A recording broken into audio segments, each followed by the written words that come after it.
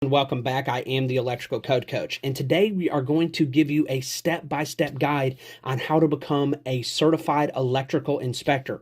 I do want to note that it does not require any previous experience to get these certifications, and usually it doesn't require any previous experience to get hired in this position. Although it is good to have previous experience and preferred, it's not required. So if you're wanting to make a career transition, if this interests you, you can check it out, and I'm going to give you the step-by-step guide. If you could do me a huge favor, if these videos are adding value to you, could you please hit that subscribe button and that thumbs up button so we can get it out to more people? Our bargain is that these videos will add value to you, and you will in turn add value to others. Let's get to it.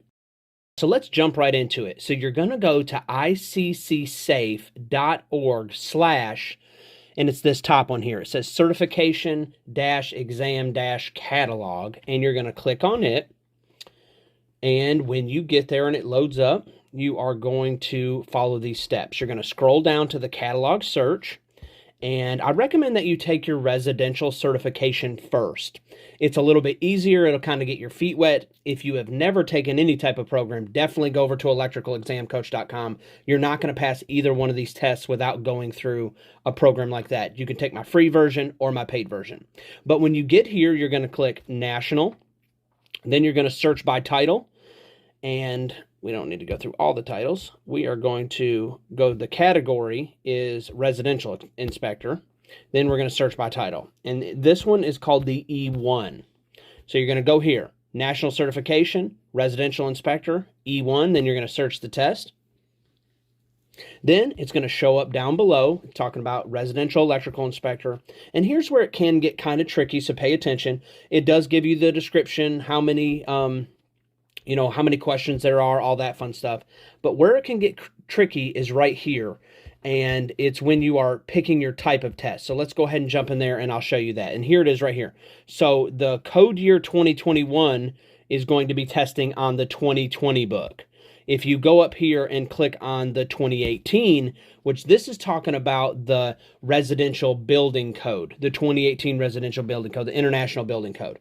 That's the cycle it's on, because you'll notice that our NECs are on 17, 20, and 23 respectively. Well, theirs is on an off year. So if you do the 2018 version, if you look down here, it's on the 2017 NFPA. So you need to check on what your state is doing. Are they doing 2017? Are they doing 2020? Does it really even matter? It probably doesn't, but it's whatever book you're familiar with. So if you want to do the 17, you would select the 2018 version. If you want to do, I think, the 2014 version, yes, you are going to select the 2015 version of the International Building Code.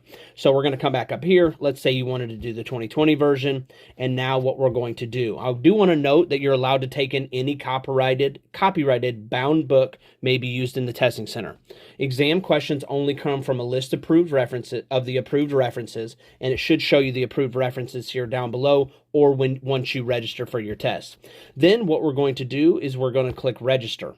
It's $241, so make sure that you prepared at a place like electricalexamcoach.com. But when you're ready to register, it's going to take you through and make an account. What's really cool, and I'm going to go back now to show you, what's really cool is you can actually take this test online. And I think right now they're only offering it online. So you actually take it from home. They'll have you like clear your desk, take your camera, shoot a picture around the room to make sure you're not cheating, or have somebody behind you giving you the answers. And then you will actually be able to take this exam from home. I had to go take it in person, so there's a little more stress there. You guys can take it from home, which is nice. The test is a little more expensive than your average test, but once you get it, you have it for life, and then you just have to keep up your certifications. But we'll talk about that here in just a little bit. Now let's go back and show you what to do. You'll go back through the same steps when you get ready to take your E2 exam. So you're going to come down here to the catalog. You're going to go to National Certification.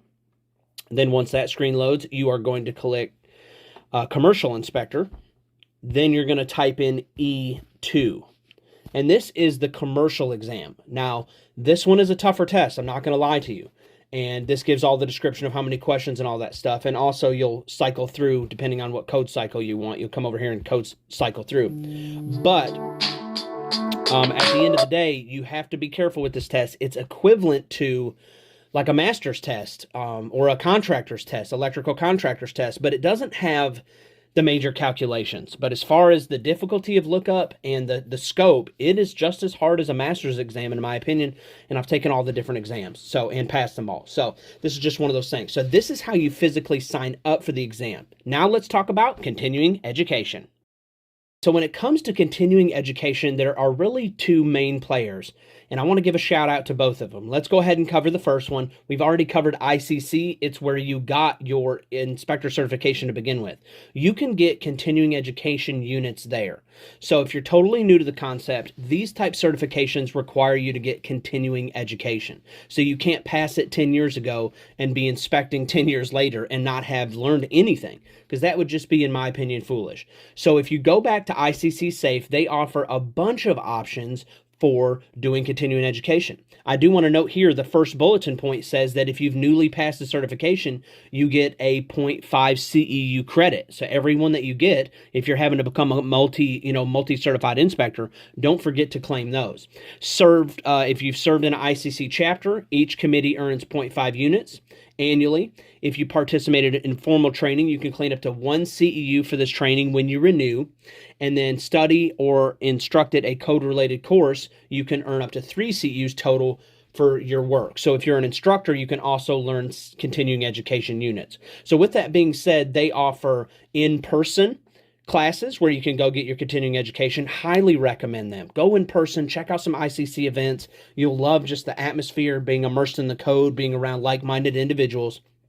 And at the same time, you can take their online versions when, you're just wanting to fill in the gaps. Now let's talk about the second one here. Let's see if I can move that over. Let's talk about the second one here, and that is the IAEI. And I've got to give a plug here for IAEI. So it's the International Association of Electrical Inspectors. And if you're going to be an electrical inspector, you got to be a part of the IAEI.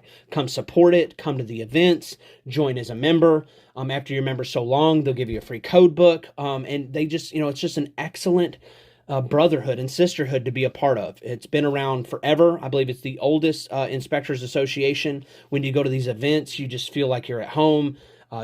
Plenty of good food, lots of good fellowship, and just a great time. They also offer world-renowned electrical continuing education. So this is not a sponsored video. I am a member of IEI and always will be. I really encourage you guys to get involved with IEI. But on their website, they offer continuing education in person. They also offer continuing education online, and you can take it right there online. Make sure that your state has approved it. Almost all states, except for mine, just blanket approve anything from IAEI or ICC. And now let's get ready to talk about becoming certified inside of your state. Talk about actually getting employment in your state. So most states will accept ICC at face value. So you could take those ICC certifications, apply for a job application, and there's no further anything needed. Some states, and I'm going to use my example, I'm in Tennessee, they've recently changed it in the last 3 years, and you are actually required to get a state certification on top of that. It's really a state license, okay? They license you to do electrical inspections. And before the state got involved, you were able to just go online or in person to ICC or IAEI and keep your certifications up and all things were well. Well, now they have a state-approved list, and not every class from IAEI or every class from ICC is accepted. Hopefully, our state is the only one like that. Please let us know down in the comments below. But let's say you've got both your E1 and your E2 certifications. You could start applying for jobs at that time. At the same time, I would go on Google and I would do a Google search or call one of your local inspectors and say, hey, what does it take to become fully an electrical inspector as far as being hired in our state? I've got my E1 and my E2, and a lot of them are desperate for hires, and they will get you hooked right up. Oh, you're already certified? Boom, we can have you inspecting tomorrow. So call around, ask some questions, ask a Google search, say, hey, what is it required to be fully certified in my state? Like I said, most states are going to accept ICC or IAEI certifications. I do want to mention this, that IAEI does certify you as an electrical inspector as well. They have their same certifications as well as ICC. but they typically prefer you to be already employed first. That's not a prerequisite, but they prefer that you do it. So a lot of people go through ICC, and a lot of states will only accept ICC as far as that goes. So you just have to work that out. If you want to let us know what your state's like so you can help some in the community, you can drop it in the comments below. But let's say that you get a job. And let me say this too, you don't have to be certified to get a job as an inspector. Most states will give you a year or more, most jurisdictions, and you might be inside of one state and each city have a different set of rules. So you make sure you check with who you're applying with.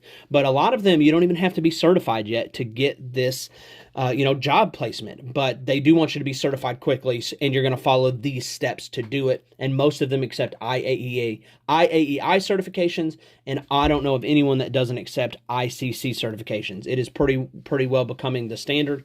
So with that being said, I hope this added a little bit of value to you on the steps on how to become an electrical inspector. You'll go take your 2 tests, and then you're ready. There's nothing else. Your state might require you to pay a fee to get another license, or maybe take another test, but you guys can let us know down in the comments below. But in most states, you can take your ICC examinations, and you are a certified electrical inspector, ready to go start being employed. And if you're already certified, I assure you, you will be a shoo-in for the job, because probably 8 out of 10 that are applying are not already certified because they are so desperate for inspectors. So I wish you well on your journey. I want you to know that I'm praying for you today. And if there's anything that I can do to help you in life or business, you can always email me at electricalcodecoach@gmail.com. Let's get to it.